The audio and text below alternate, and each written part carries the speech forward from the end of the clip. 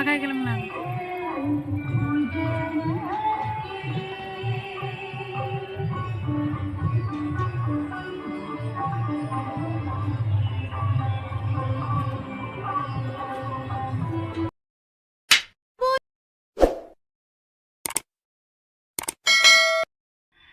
Hello friend, good morning, back to my our channel. তোমরা সবাই কেমন আছো? আশা করি সকলে খুব ভালো আছো। আর হ্যাঁ, আমিও খুব ভালো আছি।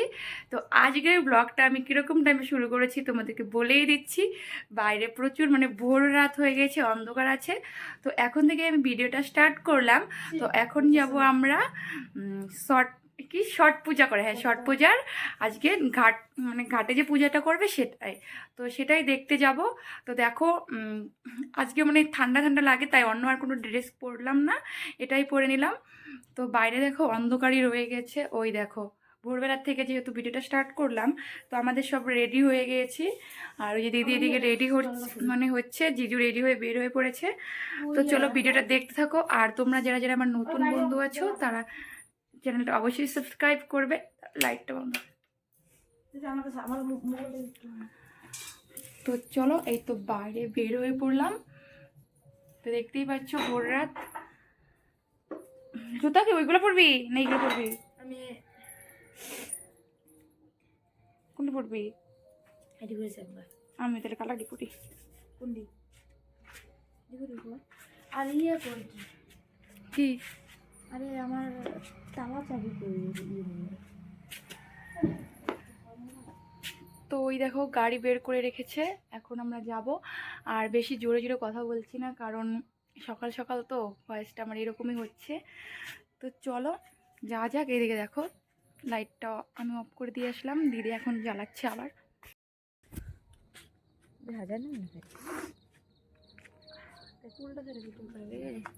দাদা পুরা বুড়ি বেটি বুড়ি বেটি।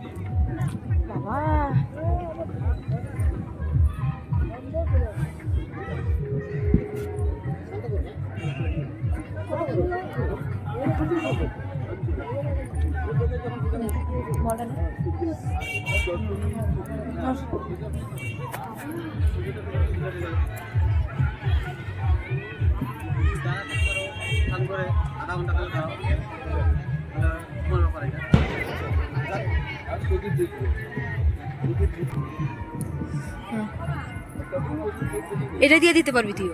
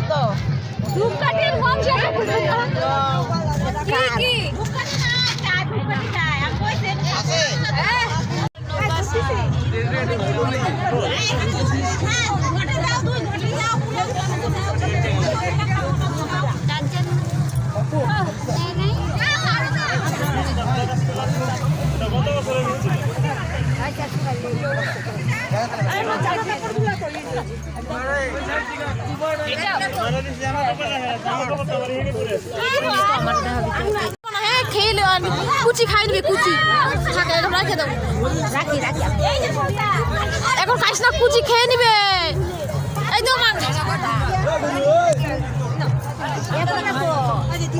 শুনবই না কথা শুনবই না তো কথা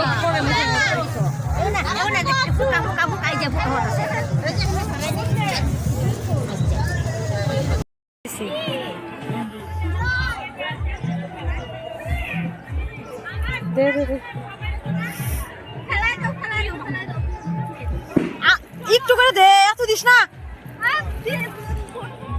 দাঁড়াও ঠিক আছে।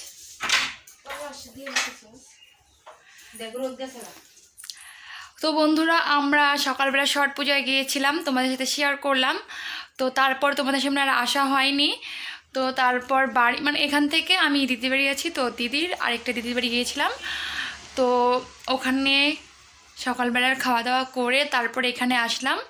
তো এখন আমরা কি আবার যেতে হবে আর কি, দুপুর হয়ে গেছে, দুপুর 2টো বেজে গিয়েছে। আর এখন আমি স্নান টান করিনি, ওখান থেকে এসে আবার ঘুমিয়েছিলাম।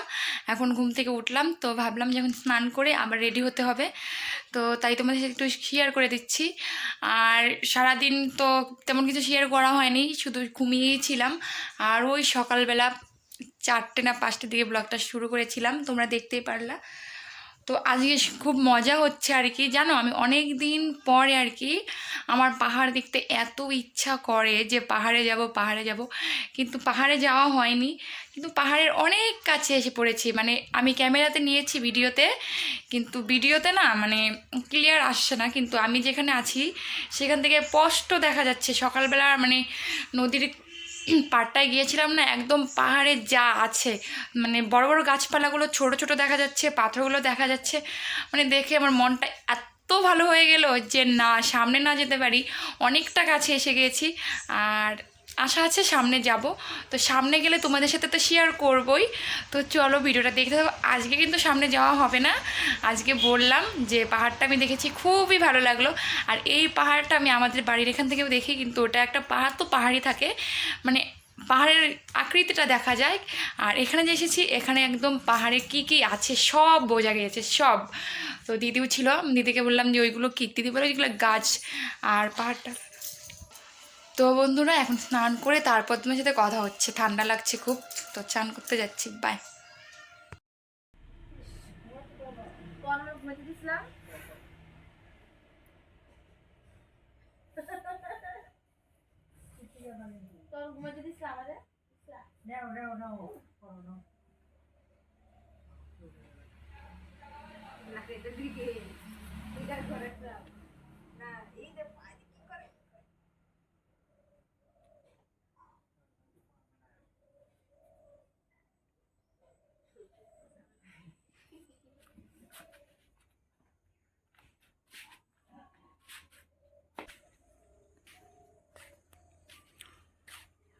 তো বন্ধুরা এখন দেখো আবার যাচ্ছি, যেখানে ছট পূজা হয়েছে সেখানে যাচ্ছি আবার।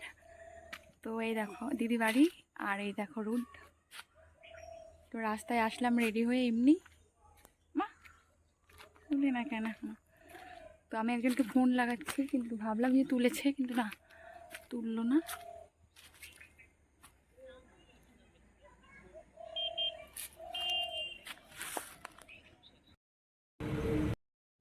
তো জিজুর স্কুটি এসে পড়েছে, আর এখন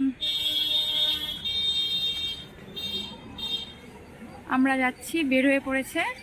আমি রাস্তায় আগে আসলাম কারণ জ্যাকেটটা পরে নিলাম, ঠান্ডা লাগতে পারে রাত্রেবেলা, এর জন্য জ্যাকেটটা পরে নিলাম।